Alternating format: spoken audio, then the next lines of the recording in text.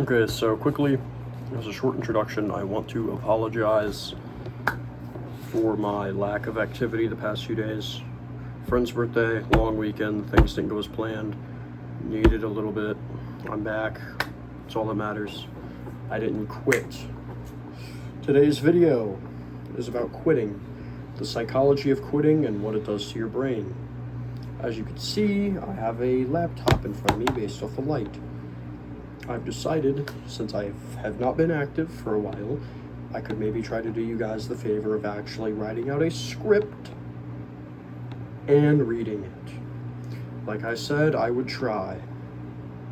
So, here we are. I'm just saying, if you see me continuously look down at my laptop, that's why. I'm new to the whole having a script thing. I usually improv everything, so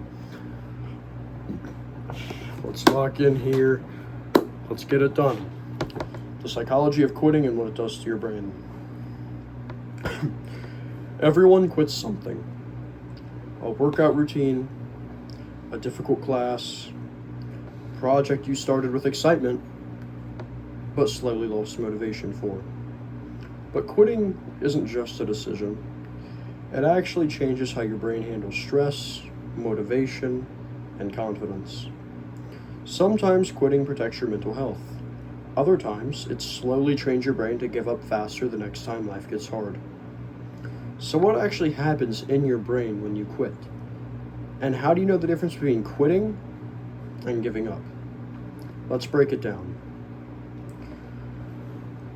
Most people think quitting happens because someone is lazy or weak, but psychology tells a different story.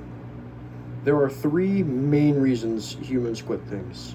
The first is mental overload. Your brain has a limited amount of working memory. When a task becomes too complex or overwhelming, your brain tries to reduce stress by escaping the situation. Psychologists refer to this as cognitive load theory. If something feels too mentally demanding for too long, your brain will naturally look for a way out. That's why people often quit difficult college majors, complicated hobbies, or long-term projects. Not because they're incapable, but because the brain is trying to conserve energy. The second reason people quit is something called temporal discounting. Humans are wired to value rewards that happen immediately more than rewards that happen in the future. This means if a goal takes months or years to pay off, your brain starts questioning whether the effort is worth it. This is why people quit the gym, why people stop learning instruments, and why so many creative projects never get finished. The reward just feels too far away. And the third reason people quit is fear.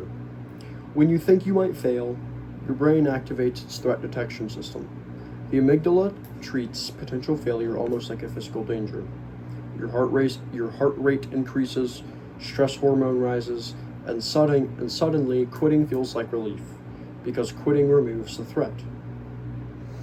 Now, what actually happens in your brain when you quit? Here's the strange part. When you quit something stressful, your brain actually rewards you. Stress hormones like cortisol begin to drop, the pressure disappears, and for a moment, you feel better. The temporary relief is powerful, because your brain starts associating quitting with safety. But there's another chemical involved here: dopamine. Dopamine is the neurotransmitter responsible for motivation and goal pursuit. When you work towards something meaningful, dopamine rises. It fuels progress and persistence. But when you quit a goal completely, that dopamine cycle shuts down. And over time, your brain becomes less motivated to pursue difficult goals in the future. So quitting doesn't just end the challenge, it changes how your brain approaches the next one. The long-term psychology of quitting. If quitting becomes a habit, it can create something psychologists call learned helplessness. Learned helplessness happens when someone repeatedly experiences situations where effort feels pointless. Eventually, the brain stops trying altogether, even when success is possible. The brain has essentially learned effort doesn't matter. This concept was heavily studied by psychologist Albert Bandura, who introduced who introduced the idea of self-efficiency. Did I write that down right? Self-efficacy? Self-efficacy.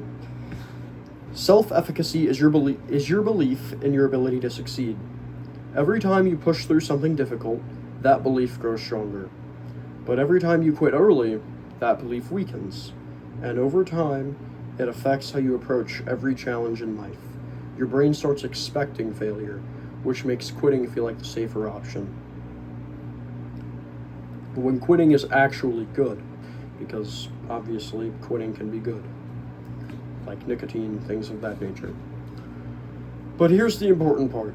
Quitting isn't always bad.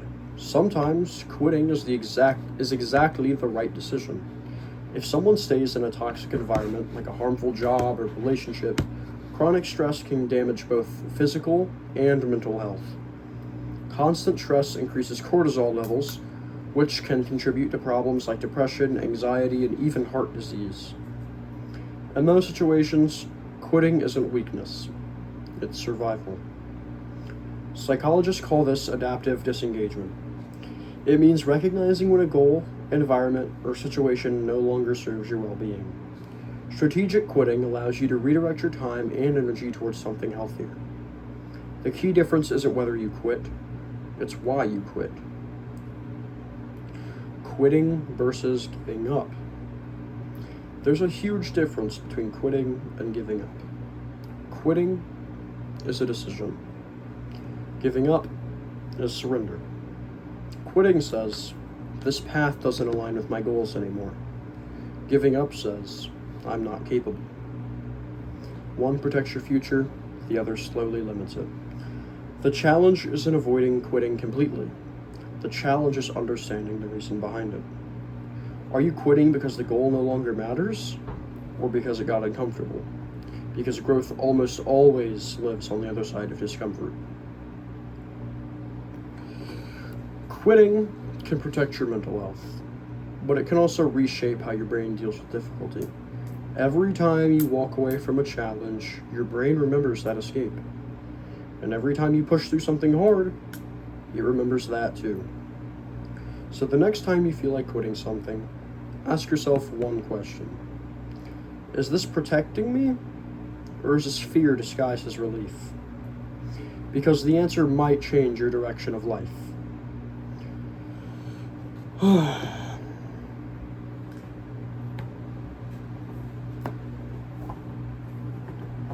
I hope you guys enjoyed that. I don't know. For me, it kind of felt like I was doing a school presentation. Don't know how I felt about that. Maybe it'll become more natural as I do it more. Please comment down below how you felt about me reading off a script instead of winging it. If you guys would maybe want me to find somewhere in the middle, I think that would be perfect for me. You know what, let's get a little bit of engagement rolling.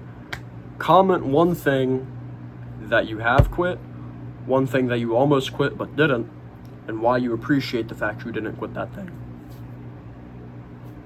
And then for yourself, loop that third part back to the first part. Actually, don't dwell on the past, but you know what I mean. It could be a fun little thing if you're not someone who dwells. So please subscribe, like, you know, the basics I've got to ask.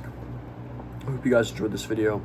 Once again, I apologize for my inactivity, and if something like that ever comes up in the future again, I will be sure to notify you guys. Jeez, I still can't talk. Okay, thank you. Goodbye.